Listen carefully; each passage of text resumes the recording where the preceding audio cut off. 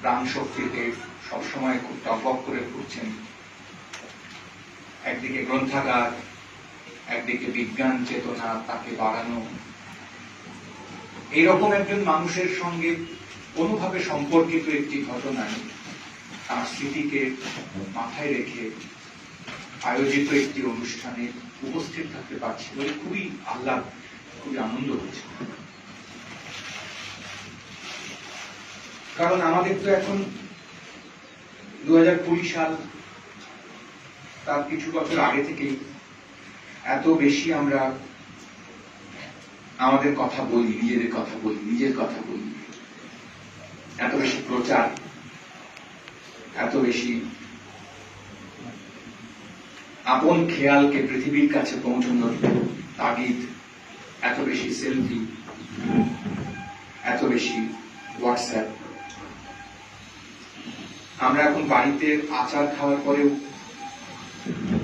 পরে মুখটা কেমন হলো তাও ছবি তুলে অন্যদেরকে জানাবার চেষ্টা করি, এবং তারপরে গুনে গেঁথে দেখার চেষ্টা করি যে সেই আচার খাওয়া মুখের ছবিটা কতগুলো লাইক হবে। এইরকম একটি বিপুল প্রচারওয়ালা সময়ের মাঝখানে খুবই আড়ালে থাকা, অনেক আড়ালে থাকা এই অর্থে যে খুব নামডাক দরকার এরকম নয়। কতজন লোক আমাকে বাহবা দিল, হাততালি দিল, তার দিকে তোয়াক্কা না করে একটা জেলার নানা প্রান্তে ছুটে বেড়ানো একজন মানুষ। গল্পের মতোই শোনাচ্ছিল প্রায় সৌরভকে যখন বলছি। রাজ্য কমিটির সভার একেবারে পেছনের বেঞ্চে বসে আস্তে আস্তে প্রতিজ্ঞা করা যে মেম্বারশিপ বাড়াতে হবে, তারপর সেই প্রতিজ্ঞাকে একরকম করে সফল করা। এরকম ছোট ছোট কিছু কিছু ঘটনা, ছোট ছোট মানুষের লড়াই আমাদের রাজ্যে, দেশে, পৃথিবীর নানা প্রান্তে আছে, যেগুলোর খবর ফেসবুক জানে না, যেগুলো হোয়াটসঅ্যাপ কখনো ধরে না। কিন্তু সেগুলোর খবর পেতে কখনো কখনো এরকম আমাদের মতো খানিকটা হতাশ হয়ে পড়া মানুষ, তারা খানিকটা নতুন করে জোর পান। ওই আরো 2 মুহূর্তের ভিক্ষা মাগে এমন এক পঙ্ক্তি আছে ওর খুব প্রিয় কবিতা, যার কথা বলছিলেন সৌরভ, তার দাবি। তো এরকম ভাবেই এই মানুষেরা খানিকটা মৃত্যুর পরেও, চলে যাওয়ার পরেও আসলে জানেন, আসলে আর এক রকম ভাবে থাকেন। সব মৃত্যু তো আর পুরনো মৃত্যু নয়, সব ফুরিয়ে যায় না মৃত্যু। কোনো কোনো মৃত্যু থেকে যায়, জীবনের থেকেও বেশি দিন থেকে যায়, আরো বড় হয়ে, আরো বড় ছায়া তৈরি করে থেকে যায়। এমন একজন মানুষ যার মৃত্যুর পরে তার ছায়াও আরামদায়ক, স্বস্তিদায়ক, আশ্রয়ের মতো, সেরকম একজন মানুষের সম্পর্কিত কোনো একটা ঘটনায় আমি নিজে যুক্ত হতে পারছি ভেবে সত্যি খুবই আনন্দ হচ্ছে। আর আপনাদেরকে আরেকবার আমার আন্তরিক ধন্যবাদ জানাচ্ছি যে আমাকে এখানে আসবার সুযোগ পেয়েছেন। তাই সৌরভদার কথাতেই আর একটা প্রসঙ্গ ছিল, সেটা হচ্ছে কনভিকশন। বিজ্ঞান কর্মী, তার কনভিকশন থাকবে, ট্রুথের জন্য তিনি কাজ করছেন, এইটা তাকে খেয়াল রাখতে হবে। তিনি সোচ্চারে, তিনি সত্যের পক্ষে থাকা লোক, এইটা বলবেন না, এবং সেই সত্যের পাশে আরো অনেক লোককে আনবার চেষ্টা করবেন। কারণ একা একা আমি সত্য জানলাম, সত্য আমার কাছে ধরা দিয়েছে, এই তৃপ্তিতে মোহিত হয়ে থেকে যাওয়া আর যারই হোক বিজ্ঞান কর্মীর কাজ না। তাকে জানাতে হবে, অন্য লোককে টানতে হবে, অন্য লোকের কাছে পৌঁছতে হবে, এইটা তার অন্যতম গুরুত্বপূর্ণ শর্ত। এটা যে কোনো বিজ্ঞানীরও কাজ দেয়। আমি একটা আবিষ্কার করলাম, একটা জটিল অঙ্ক করলাম, করে বাড়িতে সিন্ধুকে বন্দি করে রাখলাম, করেছি অঙ্কটা, বা এই ব্যাপারটা আমি জেনেছি, বা ল্যাবরেটরিতে এটা ঘটিয়েছি। এখানে কিছুতেই বিজ্ঞানীর তৃপ্তি হবে না। তাকে অন্যের কাছে গিয়ে বলতে হবে, দেখুন এই অঙ্কটা আমি করেছি। তাকে অন্য জায়গায় বলতে হবে যে এই আমার অবজারভেশন। অন্য লোক যদি নাও মানে, তাহলে তাকে পাতার পর পাতা লিখতে হবে, এবং সে সমস্ত কথা লিখতে গিয়ে, বলতে গিয়ে, জানাতে গিয়ে পৃথিবীতে বহু বিজ্ঞানীর কপালে খুব দুঃখ জুটেছে, তাও আমরা জানি। কয়েকজনের কথা উনি বলেছেন, কথাটা শুনে। কিন্তু কেন জানাতে হবে? আর এই কনভিকশনটা চরিত্রটা কি?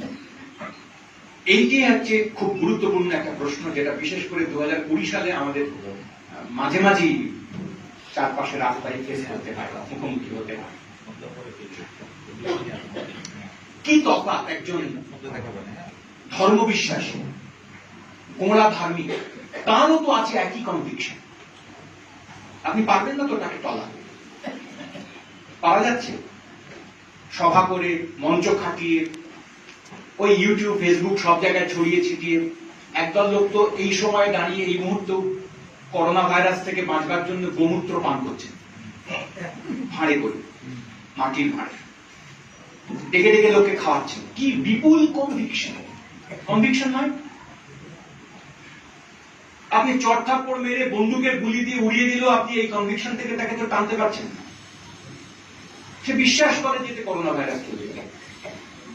পঞ্চগব্য দিয়ে খাবার তৈরি করে সেখানে সার্ভ করা হচ্ছে। নামি দামি গয়নাগাটি পড়া লোকজন, মানে আমি বলতে চাইছি যে উচ্চবিত্ত, চমৎকার দামি প্যান্ট শার্ট পরা লোকজন, তার সঙ্গে গেরুয়াও আছে, ভিড় করে তারা খাচ্ছে। খবরের কাগজে চমৎকার সংবাদ বেরোচ্ছে। এরা কারা? এদের কনভিকশন নেই? কিছুতেই কি ভারতবর্ষের একটা বিপুল অংশের মানুষকে এতগুলো বছর বাদেও এটা শেখানো গেল, বলা গেল, বোঝানো গেল যেটা সত্য নয়? সেটা জানে এটা সত্য, তার কাছে তো ওটাই সত্য। তাহলে একজন অন্ধ, কোট আনকোট, এখন অন্ধ কথাটা আমি খানিকটা সতর্কভাবে বলছি, অন্ধ বলবো কিনা কি ভাবতে হবে, একজন খুব ঘোর বিশ্বাসী ধার্মিক মানুষ, যিনি ধর্মগ্রন্থ থেকে বা ধর্মগ্রন্থ সংশ্লিষ্ট অন্যান্য কথা, কিংবদন্তি, গল্প ইত্যাদি নানা জায়গা থেকে শোনা ভাবনা, ধারণা, তার বাইরে কিছুতেই বেরোবেন না বলে স্থির করে আছে, অনড়। আর একজন বিজ্ঞান কর্মী,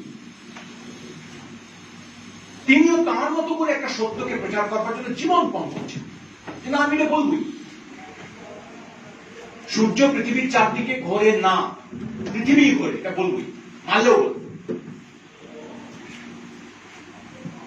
দুটোই তো কনভিকশন। যে যেটা সত্য বলে মনে করে, সেই সত্যকে প্রমাণ করবার জন্য, প্রচার করবার জন্য প্রাণপণ করে। কি তফাৎ?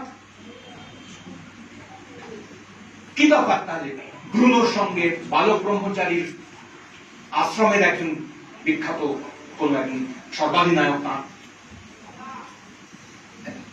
এটা খুব জরুরি একটা প্রশ্ন। এটা যদি বিজ্ঞান আন্দোলনের কর্মী হিসেবে, যে কোনো যুক্তিবাদী মানুষ হিসেবে আমরা খেয়াল না করি, তাহলে খুব বিপদ, খুবই বিপদ। আমারটা সত্য, ঠিক সত্য, ওরটা ঠিক সত্য নয়। এই অধিকার ভাবা আমাকে কে দিয়েছে? আমি বিজ্ঞান আন্দোলন করি বলে আমার এই অধিকার আগে থেকে জন্মে গেছে?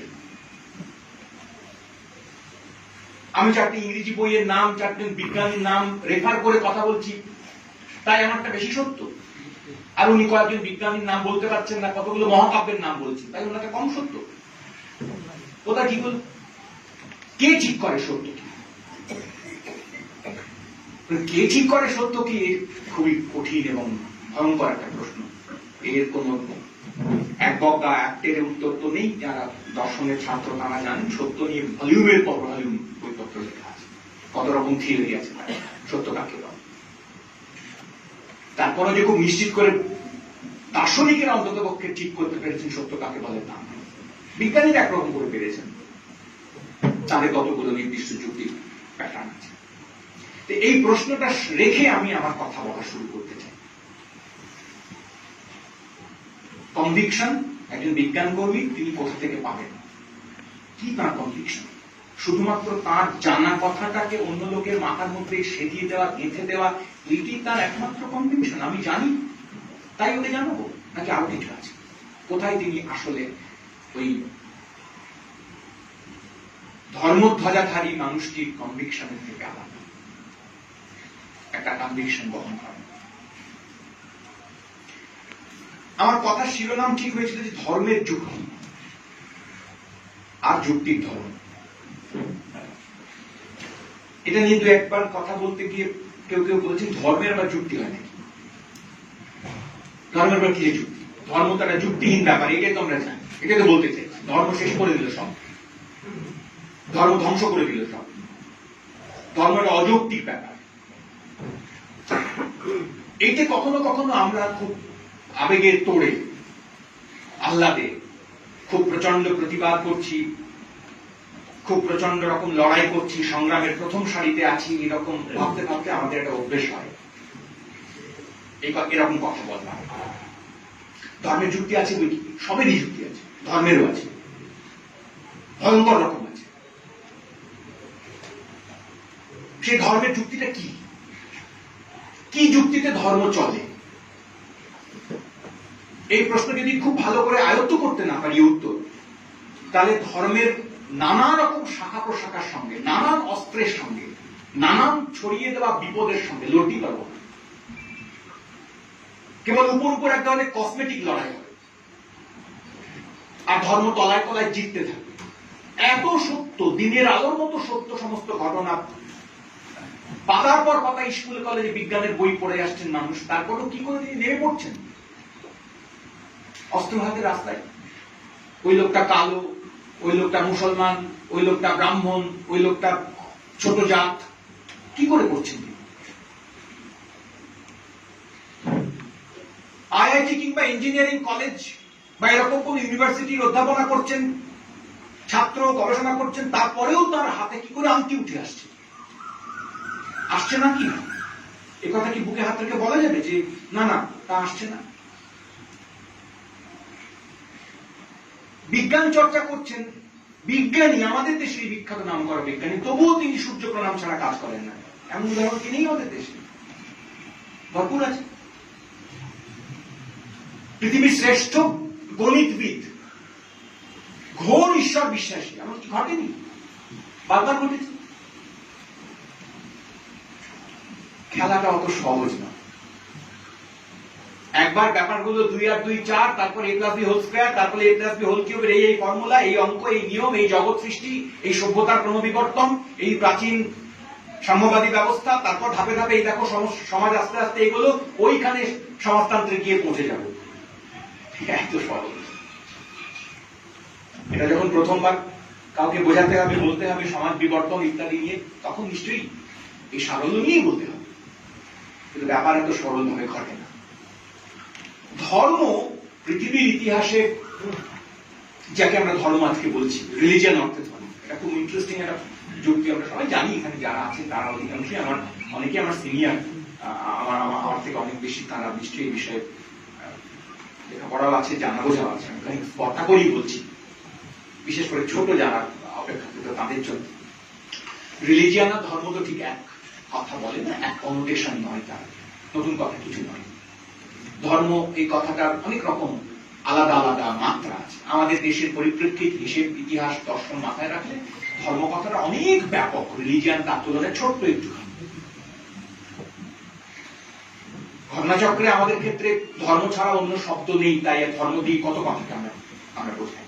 আমাদের পুরনো শাস্ত্র, মহাকাব্য, নীতির বই বা দর্শনের বই অনুযায়ী ধর্ম কথাটার একটা গুরুত্বপূর্ণ মানে ন্যায়, জাস্টিস। ধর্মাবতার বলা হয়, বিচারক। কি কারণে বলা হয়? উনি কি ধর্মের অবতার সেই কারণে? না, উনি ধর্ম পালন করছেন এই কারণে। কি ধর্ম পালন করছেন? না হিন্দু, বৌদ্ধ, খ্রিস্টান, জৈন ধর্ম পালন করছেন।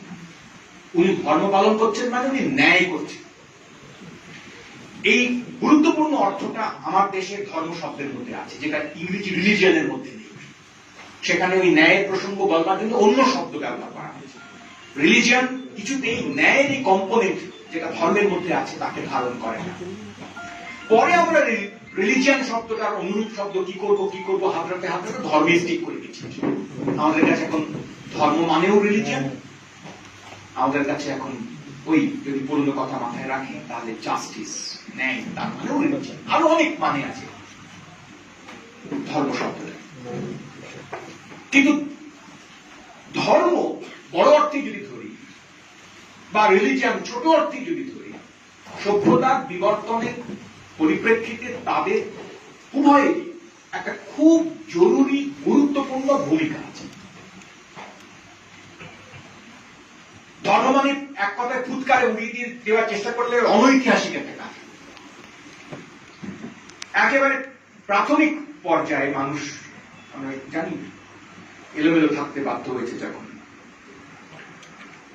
নিয়ম কানুন ছিল না, প্রায় প্রতি মুহূর্তে আক্রান্ত হয়েছে, লড়তে হয়েছে, বাঁচতে হয়েছে, মরে যেতে হয়েছে, বারবার বিস্মিত হতে হয়েছে, অবাক হয়ে দেখেছে সে কত অসহায়। এই অভিজ্ঞতা বাড়তে বাড়তে সে কতগুলো কোড তৈরি করেছে, কতগুলো নিয়ম তৈরি করেছে, আত্মরক্ষা যুদ্ধ করেছে। এই করা উচিত, এই করা উচিত না, এই প্রাথমিক ধর্মের আবির্ভাব, যাকে আমরা রিলিজিয়ন অর্থে ব্যবহার করি, তারও প্রাথমিক খুব গোড়া কি করিতে হইবে সাধারণ। তারপর অসভ্যতা আরো এগিয়েছে, মানুষ কোটানকোট আরো সভ্য হয়েছে, একদিকে অসভ্য হয়েছে বটে, বেশি সভ্য হওয়া মানে বেশি অসভ্য হওয়া বটে, সেটা দেখতেই পাওয়া যাচ্ছে এখন। তো যত সভ্যতা বেড়েছে তত সেই কোড গুলোকে ঝালিয়েছে, নতুন করেছে, নতুন অভিজ্ঞতার সাপেক্ষে নতুন কোড বানিয়েছে, আগের কোড ফেলে দিয়েছে, আগের নিয়ম ফেলে দিয়েছে, আগের অভিজ্ঞতার বদল ঘটিয়েছে। এবং তারপর ধীরে ধীরে গোষ্ঠী বানাবার এলাকা, একটা বিশেষ এলাকা, তাতে একদল কাছাকাছি রকমের মানুষ থাকবে, সেসব বানাবার জন্য সে ধীরে ধীরে আরো নানান ধরনের সম্ভাবনা, নির্দেশিকা ইত্যাদি জারি করেছে। এখন মজা হলো, খেয়াল করে দেখবেন পৃথিবীর প্রাচীন ধর্মগ্রন্থ যেগুলো, তার অনেকগুলোই খুব উচ্চমানের কবিতাও বলে। বেদকে কেউ ধর্মগ্রন্থ বলতে পারে, নাও বলতে পারে, কিন্তু বেদের মধ্যে যে উচ্চমানের কাব্য রয়েছে এ বিষয়ে নিশ্চয়ই কারো সংশয় নেই। একই কথা গীতা প্রসঙ্গ, শ্রীমদ ভগবত গীতা, তার প্রসঙ্গ ব্যবহার করা, উচ্চমানের কাব্য, কোন সন্দেহই নেই। পৃথিবীর নানা দেশের নানা পণ্ডিত, নানা বিজ্ঞানী, নানা সাহিত্যিক তারা গীতার দ্বারা আচ্ছন্ন থেকেছে।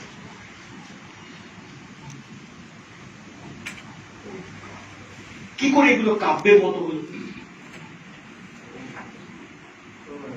কেন প্রাচীন সময়ের এই সমস্ত ধর্মগ্রন্থগুলোর যারা রচয়িতা, যারা সংকলক, তারা প্রত্যেকেই কিরকম কবির মতো ছিলেন না, তারা আসলে বিস্মিত ছিলেন। আর আমরা সবাই জানি যে কবিতার প্রাণই হচ্ছে বিস্ময়, বিস্ময় ছাড়া কবিতাই নেই। প্রাথমিকভাবে কবিকে বিস্মিত হতে হয়, যিনি কিছু দিয়ে অবাক হন না তার পক্ষে কবিতা লেখা ভারী মুশকিল, তার কিছু টানেই না। যা দেখেছেন তার প্রতি প্রাথমিক বিস্ময় থেকে নানা ধরনের এক্সপ্রেশন বেরিয়েছে তাদের, সেগুলো কেউ মনে রেখেছে, মুখস্থ রেখেছে, জড়ো করেছে, তার দ্বারা জীবনের কোনো কোনো নির্দেশিকা তাকে বুঝবার চেষ্টা করেছে। জীবন কাকে বলে, মানুষের জীবনের বাঁক মোড় এগুলো কিভাবে পার হতে হয়, সে সম্পর্কে কি কি অভিজ্ঞতা আগের মানুষের ছিল, তাকে একরকম করে সঞ্চিত করে রাখবার চেষ্টা করেছে। প্রবলেম এখানে নয়, যদি আমরা এগুলিকে কাব্য বলে মনে করি, পৃথিবীর প্রাচীন প্রথম দিকের মানুষের বিস্ময়ের প্রকাশ বলে মনে করি, যদি মনে করি যে এগুলির মধ্যে দিয়ে সে তার অভিজ্ঞতাকে সঞ্চিত করে রাখছে, আর্কাইভ করে রাখছে, জমিয়ে রাখছে ফর পস্টারিটি, তাহলে কোনো সমস্যা নেই। তাহলে প্রাচীন ধর্মগ্রন্থগুলোকে চমৎকার কবিতার বই হিসেবে, প্রথম মানুষের মনীষার বিকাশের নানান স্তর হিসেবে, তার থেকে যাবতীয় যা গ্রহণ করার তা গ্রহণ করে চলতেই পারি আমরা, কিন্তু তা তো আসলে হয়নি। এই কবিতাকে, এই বিস্ময়কে, এই রূপক আচ্ছন্ন, রূপক আশ্রিত নানা ধরনের সিদ্ধান্তকে, ঘোষণাকে, অভিজ্ঞতাকে শেষ পর্যন্ত আমরা অনড় ভাবতে শুরু করেছি। এটাই কেবলমাত্র করণীয়, এটাই কেবলমাত্র পালনীয়, এবং এইটা পালন না করলে, এই কাজটি না ঘটালে, এই সম্ভাবনাটিকে না খতিয়ে দেখলে, এবং ওই বিশেষ কর্মকাণ্ডটির বিরুদ্ধে কোনো অবস্থান না গ্রহণ করলে আমার জন্য অপেক্ষা করে আছে পরম শাস্তি। খেয়াল করে দেখবেন পৃথিবীর প্রায় সমস্ত প্রতিষ্ঠিত ধর্মের ক্ষেত্রেই ওই যে স্বর্গ নরক নামক দুটো আলাদা আলাদা, কোথাও পৃথক পৃথক নাম রয়েছে, তারা আপাতত স্বর্গ নরকই বলছি, এই দুটি আলাদা রূপক আমাদের সামনে দাঁড় করিয়ে দেওয়া হয়েছে, দুটো আলাদা পিছু টানের মতো। ঠিক একই রকম কাজ আমরা আমাদের স্কুল কলেজেও করি। সর্বকারক নাম দিই না, তার নাম বদলে দিয়েছে, তার নাম দিই পুরস্কার আর তিরস্কার। এই ইটারনাল পুরস্কার আর তিরস্কারের মেটাফর হিসেবে স্বর্গ আর নরককে দেখা যেতে পারে, একটা পার্মানেন্ট স্পেস হিসেবে। পুরস্কারের পার্মানেন্ট স্পেস, তিরস্কারের পার্মানেন্ট স্পেস। আমরা যেভাবে বাচ্চাদেরকে মানুষ করার চেষ্টা করি, এটা করো তাহলে চকলেট দেবো, এটা যদি করো তাহলে 5 ঘা পেট পাবে।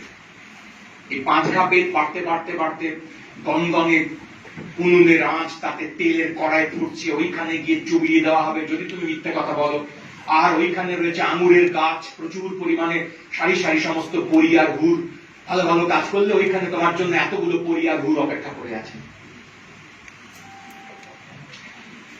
অবিশ্বাস্য লার্জার পুরস্কারের সম্ভাবনা এবং অবিশ্বাস্য লার্জার তিরস্কারের সম্ভাবনা। এগুলো সমস্ত করা হয়েছিল কি কারণে? একদল লোক ভেবেছিলেন যেগুলো করলে আমার চারপাশের অবস্থা ঠিক থাকবে। এই যে দৌড়ঝাঁপ হচ্ছে, হইচই হচ্ছে, হট্টগোল হচ্ছে, ব্যাপার ভালো করে মিটছে না, তাতে খানিকটা ব্যবস্থা আসবে, একটা বিধি তৈরি হবে। প্রাথমিক ল অ্যান্ড অর্ডারের পরিস্থিতি খুব প্রাথমিক, আধুনিক কালে ল অ্যান্ড অর্ডারের মতো করে নয়, একরকমের শৃঙ্খলা তৈরি করবার চেষ্টা ইত্যাদি থেকে প্রাইমারি তারা করেছিল কোনো সন্দেহ। আজ আমরা সবাই জানি এই কথা, যারা এই সমস্ত নিয়ম কানুন তৈরি করেছিলেন, যে কোনো নিয়ম প্রস্তুতকারীর মতো সেক্ষেত্রেও নিশ্চিতভাবে তার বা তার মতো আরো একদল লোকের স্বার্থের প্রসঙ্গ ছিলই। নিয়ম যারা বানান তারা কখনোই নিঃস্বার্থভাবে বানান না। তার অবস্থা, তার স্বার্থ, তার পরিস্থিতি, তার বিশেষ কিছু টান, সেগুলো সব ঠিক ঠিক করে থাকবে, এটা ভেবেই তার নিয়ম পালন। এই বেশ কিছু কাল চলেছে, আমরা সবাই জানি।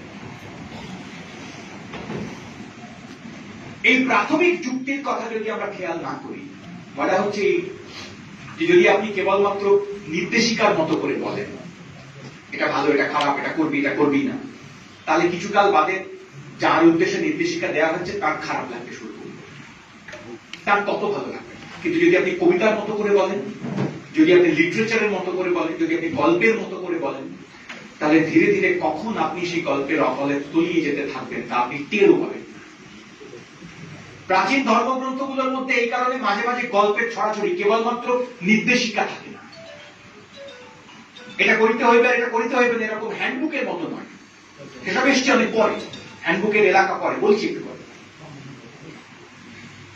এই প্রকাণ্ড চমকপ্রদ মেটাফরওয়ালা, রূপকওয়ালা, কবিতাওয়ালা বইপত্রগুলোর ধারা ক্রমশ বইতে বইতে, ধারা ক্রমশ এগোতে এগোতে, এমনকি আজকের সময়ে দাঁড়িয়ে আমাদের চারপাশের নানা ধরনের যুক্তিবুদ্ধিওয়ালা মানুষ, বিজ্ঞান চর্চা করা মানুষ, তারা পর্যন্ত মাঝে মাঝে অবাক হয়ে দেখি কখনো আচমকা আশ্চর্য ভাবে যে আজকে তো 14 শাক খাবার দিন।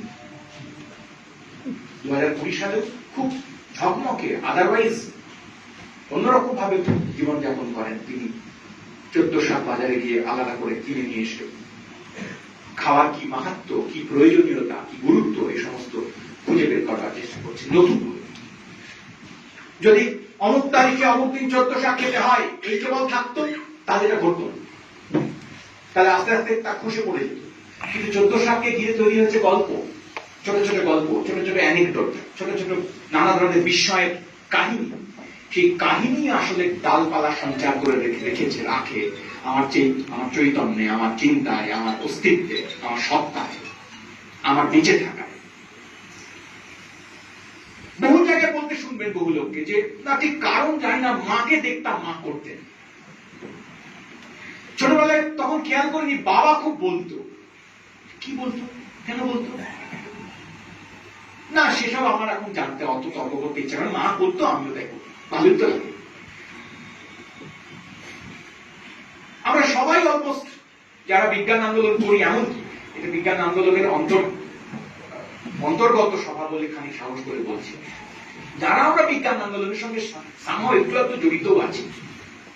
আচ্ছা, আমরা নিজেরাও কি কখনো কখনো এই গল্পের হাত থেকে মুক্তি পাই? নিজেরা সবাই সর্বাত্মক যখন আমরা বিয়ে করি, 2, 4 জন, 5 জন, 7 জন যারা যথাযুক্ত ওই পদ্ধতি ইত্যাদি মেনে বিয়ে করেন না, তারা কি এখনো পর্যন্ত উদাহরণের মতো, কয়েকটা দ্বীপের মতো, মরুদ্যানের মতো কয়েকটা ব্যতিক্রম হয়ে বসে নেই? আমরা কি বলি না, ওই কিন্তু এরকম করেছিল, ও কিন্তু এরকম করেনি, ও কিন্তু এরকম ভেঙেছিল, বাকিরা কেন এরা এখন উদাহরণ?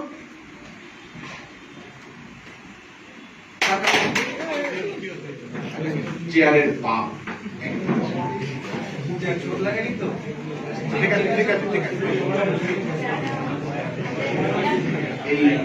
এই ভাঙনেরও একটা যুক্তি আছে,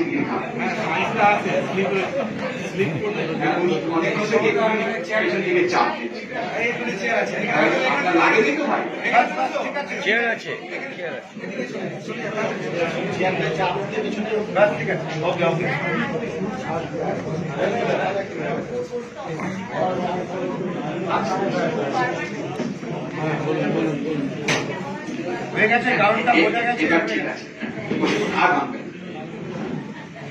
একই জায়গায় দুবার বেল পড়ে,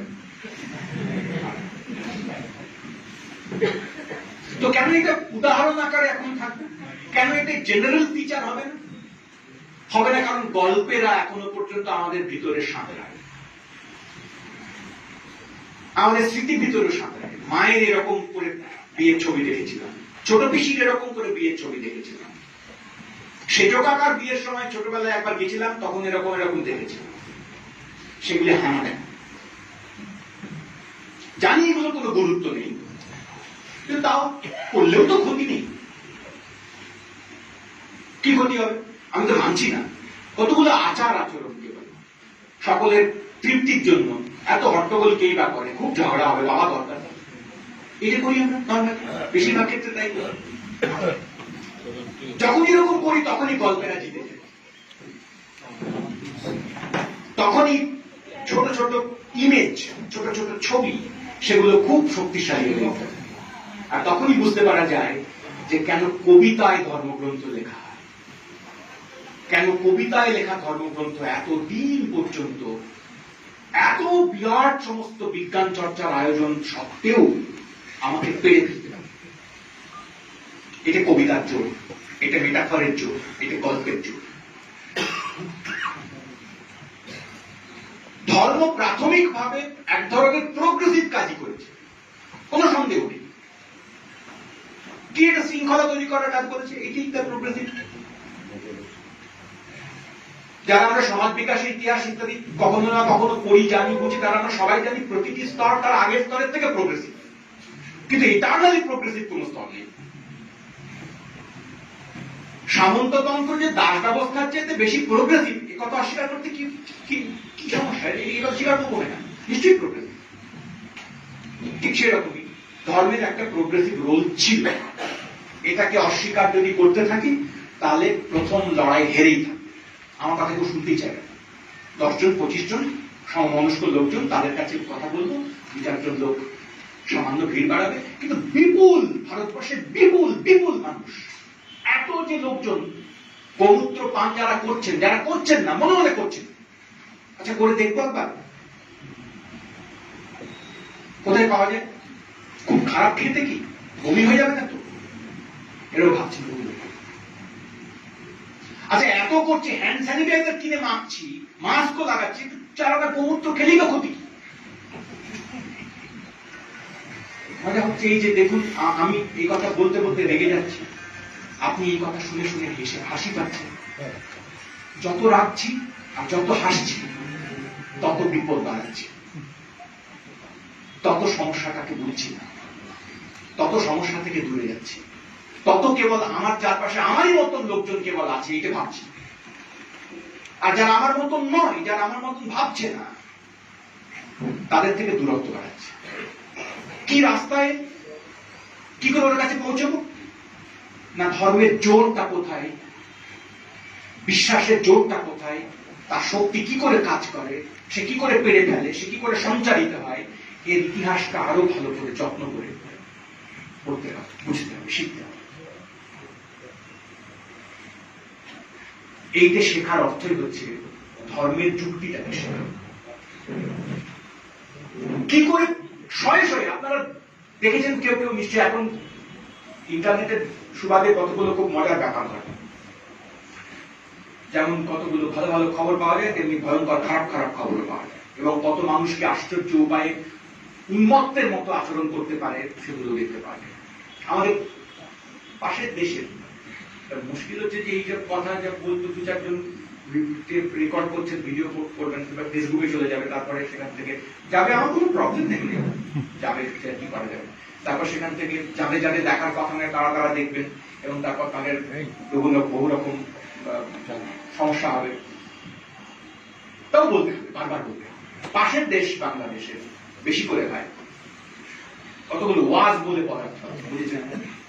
আমাদের এই রাজ্য কিছু কিছু জায়গায় হয়, তো সেখানে কিছু কিছু এরকম ম্যারাপ খাটিয়ে বিরাট বড় জায়গা, 1000-1,500 কতজন লোক বসে আছে, 150-200, তারও কম হবে, 1,500-2,000 লোক বসে আছে। আর একজন মাইকে সামনে বসে খুব গদি আটা চেয়ারে একজন মৌলবী করছেন, কোন একজন লোক, তিনি ধর্ম ব্যাখ্যা করছেন, করতে করতে বলে যাচ্ছেন না, অক্লান্ত বাংলাতেই বলছেন, মাঝে মাঝে আধখানা পংক্তি আরবিতে উচ্চারণ করে দিচ্ছেন, শুদ্ধ অশুদ্ধ দেখবার কোন লোক নেই, ক্রমাগত বলে চলেছেন যে কি কি হবে যদি এই করো, তাহলে কি কি হবে ওখানে। আমার দু একবার শুনবার সৌভাগ্য বা দুর্ভাগ্য হয়েছিল, কি তারা বলেন, তাতে একজন সত্যি সত্যি 2020 সাল তারা বলছেন ভদ্রলোক যে এই কাজগুলো করলে সে কাজের আমরা দিচ্ছি না, করতে গেলে বেহেশতে কি কি হবে, কতজন 72 জন হুর অপেক্ষা করে আছেন তার জন্য, একজন পুণ্যবান যদি মুসলমান কেউ পান। এবং তারপর সেখানে গিয়ে সে 72-এর মধ্যে একজন আবার একটু অতিরিক্ত সুন্দর, তার গায়ের ত্বক কিরকম তারও বিবরণ দিচ্ছেন, কেন দেখে এসেছেন, কোথাও লেখা নেই, একথা কোথাও লেখা নেই। সাময়িক কল্পনা, কি নৃশংস এবং অশ্লীল এক ধরনের কল্পনা। কেউ একবার ওখানে উঠে জিজ্ঞেস করছে না যে তাহলে ধর্মপ্রাণ মুসলমান মহিলাদের কি হবে। এসব যা কথা হচ্ছে, পরিকল্পনা হচ্ছে, তো সব পুরুষের জন্য পরিকল্পনা। 72 জন নারী, অসম্ভব অপরূপ রূপসী মহিলা অপেক্ষা করে থাকবেন তার সেবার জন্য, ফলমূল এনে দেবেন, সুরা দেবেন, আরো কি কি করবেন জানি না। তাহলে নারীর কি হবে? তাহলে নারীর আর পুণ্য করবার দরকার নেই, বা তার পুণ্য হয়ও না, বা তার স্বর্গবাস হয় না। তিনি উত্তর দিতে পারবেন না, কারণ এই কথা বলতে গেলে তাকে বলতে হয় যে একজন নারীর জন্য 72 জন পুরুষ অপেক্ষা করে থাকবেন, সে এক বিভৎস ব্যাপার। সেটা বলবেন না, সেটা বলতে পারবেন না, ওই সভায় বলতে গেলে বিপদ হবে, ফলে নেই ওই সভায়, নারী নেই। এবং পিল পিল করে লোক একবার করে ওইসব কথা শুনছেন আর বা বা করে উঠছেন, যেন কোথাও একটা শের পড়া হচ্ছে। এই পরিস্থিতি, এই ছবি তারা রেকর্ড করেছেন, করে তারা ইন্টারনেটে ছেড়েছেন, ইউটিউবে লাইক হচ্ছে, লোকের পিল করে দেখছে, প্রশ্ন করছে আমার হবে কিনা, তার হবে কিনা, কি করলে আর ভালো হবে, এগুলো চলছে 2020 সালে। বর্ডারের এপারে একদল লোক দাঁড়িয়ে দিনে দুপুরে চমৎকার শাড়ি জামা গয়না কাটি ইত্যাদি পরে মাটির ভাড়ে গোমূত্র পান করে বলছেন করোনা শুরু, তুমি দূর হটো। আর ওপারে একদল লোক এই কথা বলছেন কি করা হবে, আর এত এত লোক সেসব কথা মেনে চলেছে। এক কথায় বলবো যে ধর্ম হচ্ছে আফিম, ব্যাস শেষ, ম্যাটার এন্ডস দেয়ার। মার্কস বলেছেন ধর্ম জনতার আফিম, না তা তো শুধু মার্কস বলেননি, বলতেই পারেন না। যদি শুধু এরকম কথা মার্কস বলতেন তাহলে মার্কসই হতেন না, তার আগে পিছিয়ে আরো নানা কথা আছে। সেসব কথাগুলো কোথায় যাবে? ওই যে দীর্ঘনাথ শেষের কথা, সাই of the oppressed, heart in a heartless society, এইগুলি ধর্মের যুক্তি। এই সাই যতক্ষণ থাকবে আছে ততক্ষণ পর্যন্ত সে চমৎকার করেই কাজ করবে। এই হার্টলেস সোসাইটি সিচুয়েশন যতক্ষণ পর্যন্ত তীব্র আকারে আছে ততক্ষণ পর্যন্ত সে চমৎকার পরিসর পাবেই। উপর থেকে তাকে আজান করে ডগা কেটে দিয়ে তার থেকে আমি মুক্তি পেতে পারি না, কিছুদিন পারি। কিন্তু যুক্তির ধর্মটা কি, যে কথা দিয়ে আমি আজকের আলোচনা শুরু করেছিলাম, যুক্তির কি ধর্ম কেবল সত্যে টিকে থাকা? না, নয়। যুক্তি অজস্র অজস্র অজস্র যুক্তি মনে হয় বটে, আমি খুব যুক্তি পাই, এই কথা বলবার সঙ্গে সঙ্গে আমাদের অনেক সময় আল্লাহ হয়, লাগা হয় যে অতএব সত্যের পথ ছাড়া আমার অন্য কোনো পথ নেই। না, একেবারেই না। যে যুক্তি আমার পছন্দ হয় না সেই যুক্তিকে আমরা চট করে কুযুক্তি বলে সরিয়ে দেওয়ার চেষ্টা করি, কিন্তু তাও ভয়ঙ্কর যুক্তি। আমাদের দেশ ভারতবর্ষ যুক্তির চাষ হয়েছে, সেখানে চাষ হয়েছে। এত যুক্তি চাষ পৃথিবীর খুব কম বেশি হয়েছে। এ পক্ষে এক কথা বললেন, তাকে কচু কাটা করলেন, পরে আর একজন লোক তাকে কচু কাটা করলেন, আবার একজন লোক তার উত্তর দিলেন একজন লোক, টিকা ভাষ্য, তস্য টিকা, তস্য ভাষ্য, তস্য টিকা। একসাথে করতে করতে কি নিয়ে তর্ক করছিলাম তাও ভুলে গিয়েছি। শুধুমাত্র তর্ক উপরে অংশটুকু, যুক্তির চর্চাটুকু শুধু চলছে। এমনও ঘটেছে বহুকাল, যাকে আমরা পরে আস্তে আস্তে ক্লান্ত হয়ে পড়েছে। আন্নিক্ষিকী বিদ্যায় বেশি যাবো না, কন্টেন্ট হারিয়ে যায় বলে, কিন্তু এটা করেছি আমরা। ফলে যুক্তি কার্যত স্বার্থবাহী। এই কথাটা যদি ভালো করে আমরা মাথার মধ্যে না বুঝি, তাহলে যুক্তির পিছনে ছোটা মানে বুনো হাঁসের পিছনে ছোটা। ওরকম পৃথিবীতে চিরকালীন অনর সত্য যুক্তি বলে কিছু নেই, নেই। রতন টাটার একটা যুক্তি আছে, ওটা যুক্তি। রতন টাটা ওটাকে অযুক্তি বলে মনে করেন না। পুঁজিপতির যুক্তিটা যুক্তি, ওটা তার যুক্তি, তার শ্রেণীর যুক্তি, তার স্বার্থের যুক্তি, খেলনা নয়। রতন টাটা ব্যবহার করা বলে ওটা খেলনা যুক্তি, কেবল আমারটা মার্কস থেকে এসেছে বলে আমারটা আসল যুক্তি না, এটা নয়, হতে পারে। এটা অন্ধবিশ্বাস, অন্ধত্ব। এটা যুক্তির পক্ষপাত থাকে, থাকেই। যুক্তির সঙ্গে সঙ্গে যুক্তিওয়ালা যদি পক্ষ স্থির না করেন, তাহলে যুক্তির পাখায় উড়ে তিনি কোথাও গিয়ে পৌঁছবেন। তিনি কেবল শেষ পর্যন্ত একজন কসরতওয়ালা, একজন কসরত। আমার দেশের এই কাজ যারা করেছেন তাদেরকে আমরা নব্য ন্যায়বাদী বলি। তাদের মতো পণ্ডিত ক্ষুরধার তার্কিক পৃথিবীতে খুব কম আছে, কিন্তু কোথাও তারা পৌঁছননি। তারা ঘরে বসে কেবল ঝগড়া করেছেন, এর সঙ্গে তার সঙ্গে এটা আগে না ওটা পরে। কে বড় যুক্তি চর্চা করেছে তাদের থেকে বেশি, কিন্তু নব্য ন্যায় কোথাও নিয়ে যাবে না, কারণ তখন স্বার্থ নেই, লক্ষ্য নেই তার কোন। সোজা সবটা যুক্তি সবসময় সত্যের দিকে নিয়ে যাবে এরকম মনে করার কোনো কারণ নেই। তার আগে ঠিক করতে হবে সত্য কি। আমাদের ধারণা থাকে অনেক সময় ট্রুথ, এই কথাটা বললে, বিশেষ করে ট্রুথ উইথ ক্যাপিটাল টি, এটা মহার্ঘ ব্যাপার। এ কথাটা আছে পৃথিবীতে, সেখানে আমরা সবাই যাচ্ছি। ওইখানে পৌঁছতে পারলে এক অনির্বচনীয় আলো পাওয়া যাবে। এইবার ট্রুথে পৌঁছতে হবে, তাও নয়। তাহলে কি ট্রুথ বলে যদি পৃথিবীতে এরকম ফাইনালি কিছু না থেকে থাকে, একদম মনে করেন আছে যারা এই ট্রুথবাদী, যারা এই অর্থে ট্রুথবাদী, এটা ফাইনাল চরম সত্য আছে, তাদেরকে আমরা ভাববাদী বলি। যারা বেদান্তের কথা বলেন তাদের সঙ্গে বরং তাদের যোগ বেশি। পরমের কথা বলেন, অ্যাবসলিউটের কথা বলেন, আমরা তো বলি। তাহলে আমাদের কাছে ট্রুথ, এই কথাটা সাধারণভাবে একটা সোসাইটিতে যে ট্রুথ এক্সিস্ট করে, সেই ট্রুথ মূলত ক্ষমতাশীল, শক্তিওয়ালা, ক্ষমতার কেন্দ্র হিসেবে যারা আছেন তাদের দ্বারা নির্মিত ট্রুথ সবসময় তৈরি করা হয়। তাহলে থাকে কি? ফ্যাক্ট থাকে। ফ্যাক্ট আর ট্রুথের মধ্যে একটা ছোট্ট একটুখানি মৃদু তফাৎ আছে। ট্রুথ বললে আমাদের একটু আহ্লাদ হয় বেশি, একটা ধোঁয়া ধোঁয়া ব্যাপার তৈরি হয়, একটা পরম পরম ভাব তৈরি হয়। কিন্তু we should concentrate on facts and not on truth.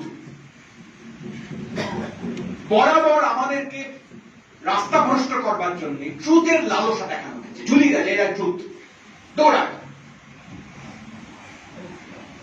Late us be factual. ঘটনা, ইভেন্ট, তার থেকে ব্যাখ্যা করবেন যিনি, প্রতিটি ব্যাখ্যা তার যিনি করবেন তার শ্রেণীগত স্বার্থ থেকে, পছন্দ থেকে, চাহিদা থেকে, উদ্দেশ্য থেকে, তারিখ থেকে, পিছুটান থেকে, লোভ থেকে তিনি ফেনোমেননকে ব্যাখ্যা করবেন। একই ঘটনা পৃথিবীতে কতবার ব্যাখ্যাত হয়েছে, আলাদা আলাদা করে ব্যাখ্যাত হয়েছে। আচ্ছা, আগে লোকটা বোকা ছিল, তো মূর্খ না, তা ছিল না। সে তার মতো করে ব্যাখ্যা করেছে, কারণ তার ওই ব্যাখ্যাটা স্যুট করে, তার পারপাস সার্ভড হয়, তার প্রয়োজন মেটে। বোকা বলেই ব্যাখ্যা করেছে তা, ওই ব্যাখ্যা অনিবার্য ছিল তার, এবং সেটাকে সে ট্রুথ বলে টানিয়ে রেখেছে। ওই যে কথা শুরু করেছিলাম, বিজ্ঞান কর্মীর কনভিকশন আর ধর্মধ্বজির কনভিকশনের তফাৎ কি? দুটোই তো কনভিকশন। ও তো বলতে পারে আমারও কনভিকশন আছে, যা বিশ্বাস করি তাই বলি, কেউ নড়াতে পারবে না আমাকে। যেমন বিজ্ঞান কর্মী সাহস করে গর্ব করে বলতে পারেন আমাকে তো আমার বিশ্বাস থেকে টলাতে পারবে না। বিশ্বাস থেকে টলাতে পারবে না, এটা কোনো গর্বের কথা নয়, হতেই পারে। ঠিক একই বাক্য, একই স্টেটমেন্ট, একই কথা একজন অন্ধ ধর্মানুরাগী বলে আমি ঈশ্বর বিশ্বাস করি, কেউ টলাতে পারবে না। বিজ্ঞান ভিত্তিক কনভিকশনের জোরের জায়গা, তফাতের জায়গা হচ্ছে ফলসিফায়াবিলিটি। একজন বিজ্ঞান কর্মী বলতে পারেন তার কনভিকশনের চরিত্র এই, অন্যদের থেকে আলাদা, যে আমি যা বিশ্বাস করি তা মুহূর্তে বদলে ফেলতে পারি যদি এই ঘটে, যদি আর একটা অবজারভেশন পাই, যদি আর একটা ডেটা পাই, যদি আর একটা যুক্তি পাই, তাহলে যেটা ধর্মধ্বজি বলতে পারে। তাহলে আমি আমার বিশ্বাসে স্থির, এটা মূল কথা নয়, তার সঙ্গে এই কথাটা যুক্তি করতে হবে। যতক্ষণ না পর্যন্ত আমি নতুন কোন ডেটা পাচ্ছি, যতক্ষণ না পর্যন্ত আমি নতুন কোন অবজারভেশন পাচ্ছি, নতুন কোন নিরীক্ষা পাচ্ছি, ততক্ষণ পর্যন্ত আমি মনে করি আমার এই স্টেটমেন্ট ফলসিফায়াবল। যিনি ধর্মধ্বজি, তিনি অভ্রান্ত, তিনি কখনো মনে করেন না তার স্টেটমেন্ট, তার অবস্থান ফলসিফায়াবল, তার অবস্থানকে মিথ্যা প্রমাণ করা যায়, বিশ্বাস করেন। আমি করি, করা যায়, এইটা আমার তাগদের জায়গা, জোরের জায়গা। ভুল প্রমাণ করছি না বলে আরো ডেটা নিয়ে আসুন। আমার কাছে স্থায়ী নেই, চিরকালীন নয়, ট্রুথ উইথ ক্যাপিটাল টি নেই আমার কাছে। আমার কাছে স্মল টি এর ট্রুথ আছে, ঘটনা আছে, আরো ঘটনা দাও। আমি এম্পিরিক্যাল মেথডে বিশ্বাস করি, এম্পিরিসিজমে বিশ্বাস করি। মেথডটা এম্পিরিক্যাল, আরো দেখবো, আরো দেখবো, আরো দেখবো, আরো দেখবো, আরো দেখবো, যতক্ষণ না পর্যন্ত অন্য কিছু পাচ্ছি ততক্ষণ তো এটাই অ্যাকসেপ্ট করুন, এই অনুযায়ী চল। এবং খেয়াল রাখবো যে যুক্তি যিনি প্রয়োগ করছেন তিনি স্বার্থ থেকে প্রয়োগ করছেন। নিঃস্বার্থ যুক্তিওয়ালা যে লোক, তাকে দূর থেকে গড় করি, তার কাছে জায়গা বেশি। তার স্বার্থ নেই, তার প্রয়োজন নেই, তার অন্য লোকের কাছে যুক্তি পৌঁছে দেওয়ার দায়ও নেই। তিনি ঘটনাকে ব্যাখ্যা করেন। ছোটবেলায় পড়া কথা আমাদের সকলে, দার্শনিকেরা পৃথিবীকে ব্যাখ্যা করেছেন। এখন আসল কাজটা হচ্ছে একে বদলাম। যা আসল কাজটা হচ্ছে একে বদলাম, এই কথাটা বলবার মাঝখানে ভিতরে ফাঁকে ফোকরে কি রকম আছে? রকম আছে এই যে ব্যাখ্যা তো করেছো তোমার মতো করে, বদলাতে চেয়ে ব্যাখ্যা করেছো কি? আগের লোকেরা যে ব্যাখ্যা করেছেন সব ব্যাখ্যা করবো বলে ব্যাখ্যা করেছেন, আমি বদলাতে চেয়ে ব্যাখ্যা করি। আমার ব্যাখ্যা তো আলাদা হয়, সকলেরই আলাদা আলাদা চাহিদা আছে। নিউটনেরও ছিল, ভালো করে তলিয়ে ঘেটে ঘুটে দেখলে বুঝতে পারা যাবে। সবাই জানেন, অনেকেই জানেন নিউটন বিজ্ঞানী ছিলেন বলে ঈশ্বর অবিশ্বাসী ছিলেন তা কিন্তু না। রেনে দেকার্তের কথা উঠল, দেকার্ত কিন্তু ঈশ্বরের সঙ্গে সমঝোতা করেই চলেছেন, বিরাট যুক্তিওয়ালা লোক, চমৎকার যুক্তির কাজ করেছেন, কিন্তু ঈশ্বর প্রসঙ্গে না, ওটা আছে। স্পিনোজা বা লেবনিজের কথা হবে, তারাও তাই, বড় বড় দার্শনিক, এটা কি ভুল? কি করবে পারে? আচ্ছা, আমি যদি মনে করি আবার এই সত্যের প্রশ্নে যদি ঠিক করে থাকি, তাহলে তো লক, বার্কলি, হিউমকে পুরো বাতিল করে দিতে হয়, পুরো বাতিল, বোকা, ভুল যুক্তি, আমার যুক্তি নয়। পৃথিবীতে মার্ক্সপন্থী যারা যারা নন তারা সকলেই বাতিল। মার্ক্সের আগে যারা ছিলেন তারা তাহলে কি হবে? না, বাতিল কি করে বলবো? তাদের সব যুক্তির সঙ্গে আমার যুক্তি মিলছে, কারণ তাদের স্বার্থ আলাদা ছিল, উদ্দেশ্য আলাদা ছিল, প্রয়োজন আলাদা ছিল। তাদের থেকে যতটুকু গ্রহণ করবার তা আমি গ্রহণ করবো। আমি বেকার থেকে নেব তো নিশ্চয়ই, সব দেব না, খানিক দেব। ফ্যাক্টের উপরে জোর দেওয়ার কথা বলছেন বেকাম, আরোহী যুক্তির কথা বলবেন বেকাম, নেব। ডেকার্ট একরকম করে কার্টেসিয়ান অক্ষ তার কাছ থেকে পাবো, নিশ্চয়ই নেব, কিন্তু তার ঈশ্বরের প্রসঙ্গ নেব না। ডিসকোর্স অন মেথড গুরুত্বপূর্ণ বই, তার অনেকগুলো জায়গা গ্রহণ করবো, নিশ্চয়ই, কোনো সন্দেহ নেই। অবাক হয়ে বিশপ বার্কলির যুক্তি কাঠামোর দিকে তাকিয়ে থাকবো যে কত সূক্ষ্ম, বিচিত্র, জটিল, নির্মম প্রায় অভ্রান্ত হতে পারে একজন ভাববাদী অবস্থা, যে কোনো প্রতিষ্ঠানকে ঢুকিয়ে ফেলতে পারে মুহূর্তে, যে কোনো লোককে কাজ করে ফেলতে পারে তার যুক্তির সৌন্দর্যে।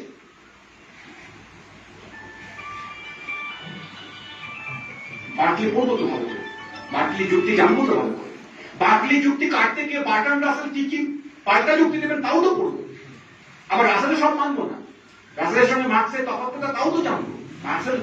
রাসেল একরকম করে বস্তুবাদী, মার্কসের মতো বস্তুবাদী নন। বস্তুবাদেরও কত রকম ফের আছে। পৃথিবীর সমস্ত বস্তুবাদী তো আমার বন্ধু নন। মার্কস তো দেখিয়েছিলেন সে কথা। বস্তুবাদী হলেই তারা সব বিপ্লবের পক্ষে থাকা লোক হয় তা নয়, তারা সকলে বদলের কথা বলে তা নয়। ফয়েরবাখ প্রসঙ্গে মার্কসের থিসিস সে কথাটা আমরা লক্ষ্য করেছি, দেখেছি। জ্ঞান ফলানোর কোনো প্রয়োজন নেই, দরকারও নেই। কখনো কখনো মার্কসীয় রেটরিকে তো এই কথা আমরা শিখেছি, পড়েছি, জেনেছি যে যান্ত্রিক জড়বাদী কখনো কখনো ভাববাদীদের চাইতেও বেশি মারাত্মক, তাদের থেকে দূরে থাকতে হবে। খুব যত্ন করে ভাববাদ করতে হবে, যত্ন করে ভাববাদ করতে হবে, লড়তেই পারবো না তা। আপন মেধার উল্লাসে আহ্লাদে নিজেকেই নিজে ক্রমাগত ঘুরে ঘুরে দেখতে থাকবো আর ভাববো যে আমি কতটা জানি, আমি কত আলাদা, আমি কত যুক্তিবাদী। আর আমার পাশের লোকটা আমার সঙ্গে খানিকক্ষণ কথা বলবে, একটু গল্প করবে, তারপর আমি পেছন ফিরলে গুটি গুটি পায়ে ওই পাড়ার মোড়ের দোকানে গিয়ে ফিস করে জিজ্ঞেস করবে যে গোমূত্র পাওয়া যাচ্ছে প্যাকেটে। আমাকে বলবে না, আমাকে বলবে না। আর আমি কোন একদিন হঠাৎ আচমকা আবিষ্কার করবো যে আরে আমাদের থার্ড ইয়ারের ঝকমকে ফার্স্ট বয় সে কালী পুজোর আগের দিন ভূত চতুর্দশী করছে কেন বাড়িতে, এও হয়। এটা অবাক হয়ে যায়। কোথা দিয়ে তলায় তলায় 2020 সালে একে একে এত অজস্র মানুষ রাস্তায় নেমে এসে দিল্লি শহর তাকে আর একভাবে চিহ্নিত করে ফেলতে পারবে কুতুব মিনারের পাশাপাশি।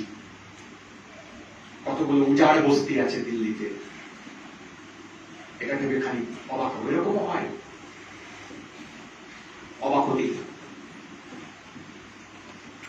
যদি না আমি যুক্তির ধর্ম কি এটা ঠিক ঠিক করে বুঝি, যুক্তির কোন অনড় চিরকালীন সর্বজনীন ধর্ম নেই, তাকে প্রয়োগকারীর স্বার্থ অনুযায়ী চলতে হবে। যিনি যুক্তি প্রয়োগ করছেন তার প্রয়োজন অনুযায়ী যুক্তিকে সজ্জিত হতে হবে। তার কতগুলো সাধারণ রূপ আছে, কিন্তু প্রয়োগকালীন রূপ এটা আলাদা। এটা মাথায় রেখে আমাদের কাজ করা আলাদা। তারপরে এটা ভালো ভালো করে নজর করতে হবে আমাদের দেশের মতো বিশেষ জায়গায়। আমরা এখানে বিজ্ঞান কর্মী বলে শুধু বিজ্ঞানের কথাই ভাববো তা তো নয়। বিজ্ঞান শেষ পর্যন্ত যার কাছে নিয়ে যাব তার মন, তার হৃদয়, তার প্রস্তুতি, তার চৈতন্য, তার পিছুটান, তার গল্প, তার সত্তা, তার বাল্যকাল, তার পাড়া প্রতিবেশীদের সঙ্গে তার সখ্য ভাব, হিংসা, ক্রোধ, সবই তো আমাকে খানিক জানতে হবে, খানিক জানতে হবে। আমাকে জানতে হবে যে ভারতবর্ষ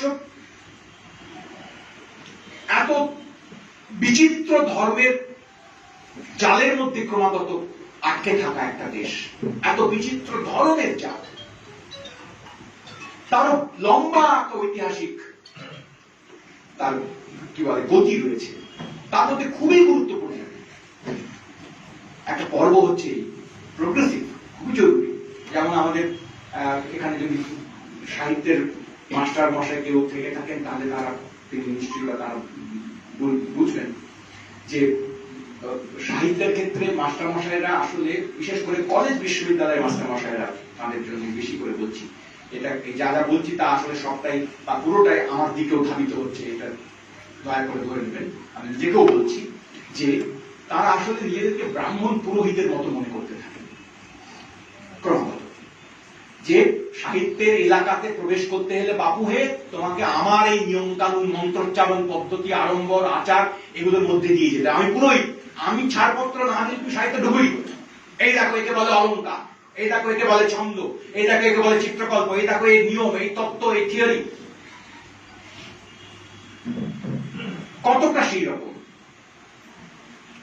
কখনো কখনো খেয়াল রাখা দরকার যে আমাদের ব্যবস্থাতে ক্রোধ তৈরি হয়ে ওঠে সে কারণে এই সাহিত্যের অধ্যাপকদের সম্পর্কে। আমার নিজেরও হয় অনেক সময়। কি বিপুল পরিমাণ মানুষকে আসলে সাহিত্যের সম্ভার থেকে, সৌন্দর্য থেকে, প্রেম থেকে অনেক দূরে আটকে রাখবার একটা প্রাণান্তকর পরিশ্রম এরা করছে। আমাদের দেশের ব্রাহ্মণ পুরোহিতরা এককালে সে কাজ করেছে, তার জবাবও পেয়েছেন। আমাদের দেশেই এত তীব্রভাবে, এত ব্যাপকভাবে ভক্তির মতো একটা আন্দোলন তৈরি হয়েছে। ভক্তি মানে খুব আনফর্চুনেট, খুবই খুব খুব খুব খুব দুর্ভাগ্যের কথা।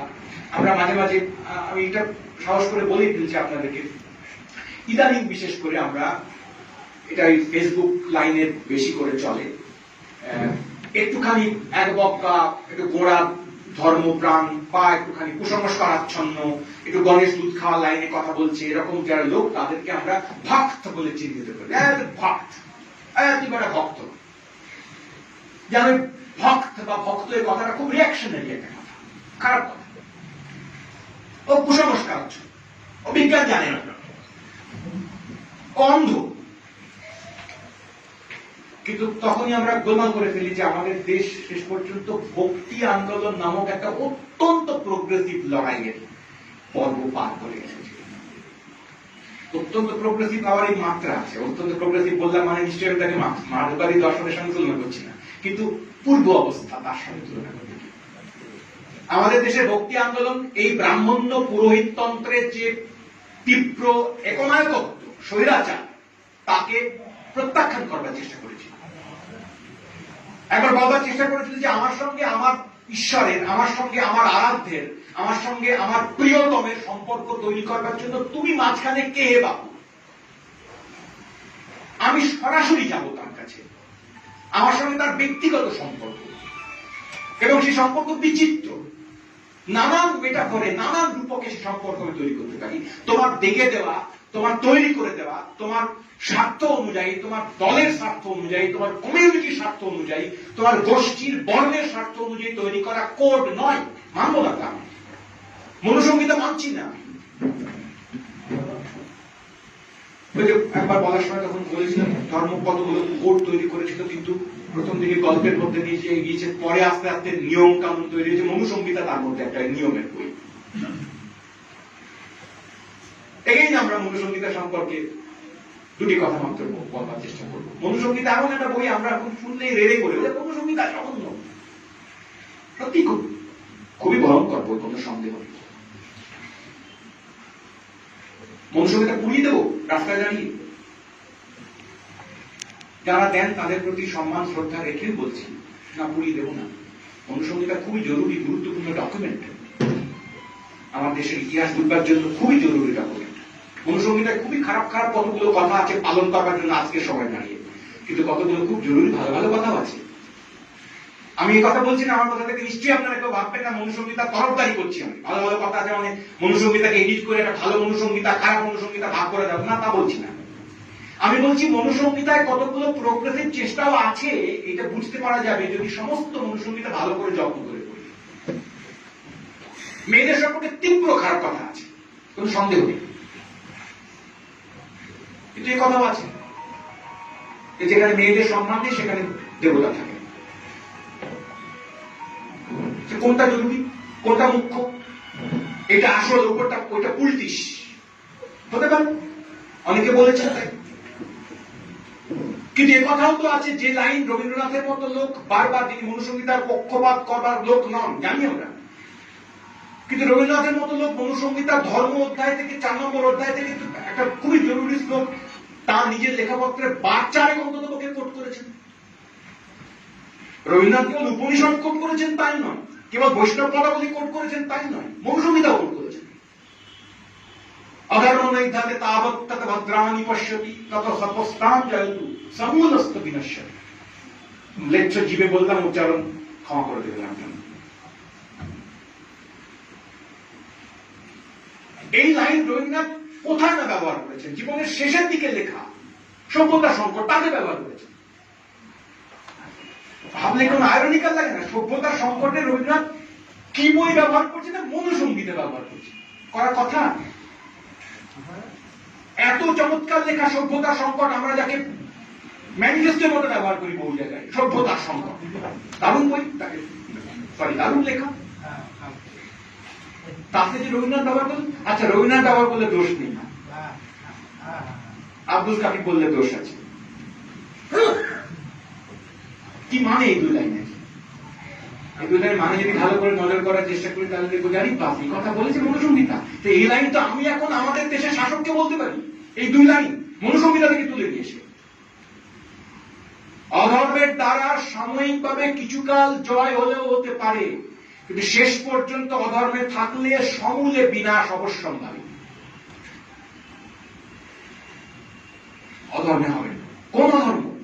ওই যে ধর্মের একটা গোড়ার কথা, অর্থের কথা বলেছিলাম, ন্যায় এই অর্থে, ধর্ম মানে রিলিজিয়ান অর্থে নয়। এই যে ধর্মের কথা মনু বলছেন, এই ধর্ম রিলিজিয়ান অর্থে নয়। মনুর সময় রিলিজিয়ান অর্থ অজানা ছিল ভারতবর্ষের, ফলে মনু অধর্মের কথা বলছেন মহাভারতের অধর্মের যে প্রসঙ্গ, তার কথা মাথায় রেখে। রবীন্দ্রনাথ যে অধর্মের কথা বলছেন তা ওই পার্টিকুলার ধর্মের কথা, অধর্মের কথা মাথায় রেখে। শাসককে বলতে পারি।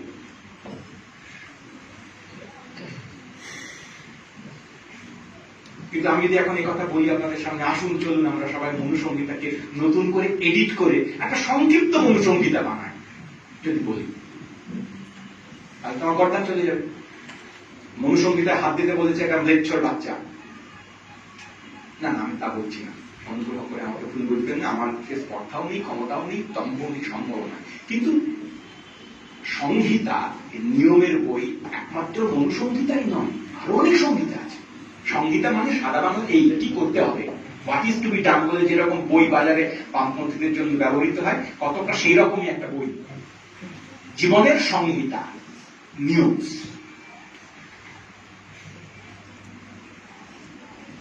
এই যুক্তি, মনুসংহিতার যুক্তি বুঝতে হবে, জানতে হবে, আলাদা করে যত্ন করে পড়তে হবে। খারাপ বই বলে বাতিল করে দিলে চলবে। কোন সময় দাঁড়িয়ে ওই নিয়ম, সম্পত্তি ভাগের কথা আছে, কি কি আছে মনুসংহিতায়? সম্পত্তি ভাগের কথা আছে, কোন ছেলে কত সম্পত্তি পাবে তার কথা আছে, শূদ্র অপরাধ করলে কি শাস্তি হবে, ব্রাহ্মণ করলে কি শাস্তি হবে সেসব কথা আছে। ওইটুকু আমরা পড়ি, এটা কত খারাপ, খারাপ তো কোনো সন্দেহই নেই। কিন্তু ওটা তো আসলে সিস্টেম তৈরি করার চেষ্টা করছি, ওটাকে আলাদা করে আক্রমণ করলে শেষ পর্যন্ত মূলে পৌঁছতে পারবো না, পারবোই না। আমাদের ক্ষেত্রে যুক্তির ধর্ম শেষ পর্যন্ত, আবার বলছি, আমার ফাইনাল সাবমিশন আপনাদের কাছে, বিশেষ করে যারা সৈনিকের ভূমিকা পালন করেন তাদের কাছে, আমি যুক্তিবাদী এটা কোনো সাঘার ব্যাপার নয়, যদি না তার সঙ্গে আমি কোন পক্ষের যুক্তিবাদী এইটি পরিষ্কার না থাকে। কারণ পৃথিবীতে কেউই কোন পক্ষই কখনো নিজেকে অযুক্তিবাদী বলে দাবি করে। আচ্ছা, আপনারা যারা গোমূত্র খাচ্ছেন তারা কি অযুক্তিবাদী? তারা বলবেন হ্যাঁ আমরা অযুক্তিবাদী না, তারা একরকম যুক্তি, তার সাহচর্য নিচ্ছেন বলে মনে করেন। সেই মনে করাটাকে যত্ন করে দেখতে হবে। যদি যত্ন করে না দেখি তাহলে কিছুতেই আমরা সমস্যার গভীরে পৌঁছতে পারবো না। আর এই পক্ষ অনেক মানুষের পক্ষ, শোষিতের পক্ষ, শোষণ বিরোধী লড়াইয়ের পক্ষ। শেষ পর্যন্ত বহু মানুষকে বোকা বানিয়ে কতগুলো আজগুবি, গালগল্প, মেটাফর, রূপক, কবিতা তাকে সত্য প্রতিম করে তুলবার চেষ্টা করে বহু মানুষ ক্রমাগত নিপীড়িত হচ্ছেন, আর একদল মানুষ তার দ্বারা বেনিফিটেড হচ্ছেন, লাভবান হচ্ছেন। এই গোটা চক্র স্পষ্ট করে বুঝতে পারছি, এই যে আমার পক্ষ, সেই অনুযায়ী যুক্তি সাজাচ্ছি। আমি আর্মচেয়ারে বসে থাকা যুক্তিপ্রেমী নই, আমি সত্যপ্রেমী, সত্যের জন্য কেবল দৌড়চ্ছি তাও নয়। কারণ সত্য শেষ পর্যন্ত একটা খুব আজগুবি বলয়ের মতো, মাঝে মাঝে আমার সঙ্গে থেকে তা বদলে যেতে পারে। ফ্যাক্ট বদলায় না, ঘটনা বদলায় না, ঘটনার উপস্থাপনা, ঘটনার রিপ্রেজেন্টেশন, ঘটনার বিবৃতি, ঘটনার ভ্যালু তা বদলায়। কে বলছে, কাকে বলছে, কোন উদ্দেশ্যে বলছে, কোন শ্রেণীর স্বার্থে ব্যবহৃত হচ্ছে সেই অনুযায়ী বলতে হবে। Let us be faithful to the facts এবং তার সঙ্গে সঙ্গে পক্ষ, এই দুটো ঠিক থাকলে, এই দুটো তার ঠিক থাকলে তারপর যেটা পড়ে থাকবে সেইটাকে আমরা আমাদের ক্ষেত্রে সত্য বলি। পৃথিবীতে সর্বজনীন সত্য বলে কিছু নেই, সর্বজনীন ফ্যাক্ট বলে ঘটনা আছে। সূর্য একটা ফ্যাক্ট, সূর্য পূর্ব দিকে ওঠে, খেয়াল করে দেখবেন এটা সর্বজনীন সত্য নয়। এই দিকগুলোর নাম আপনি বদলে দিন, কাল থেকে সূর্য পূর্ব দিকে উঠবে, অন্যদিকে উঠবে। আপনাদের সবাইকে ধন্যবাদ। অনেকক্ষণ ধরে আমার কথা আপনারা শুনেছেন। যদি তাতে কারো কোনো প্রশ্ন তৈরি হতে হয় তাহলে আমার কথা খানিকটা সার্থক বলে মনে করব।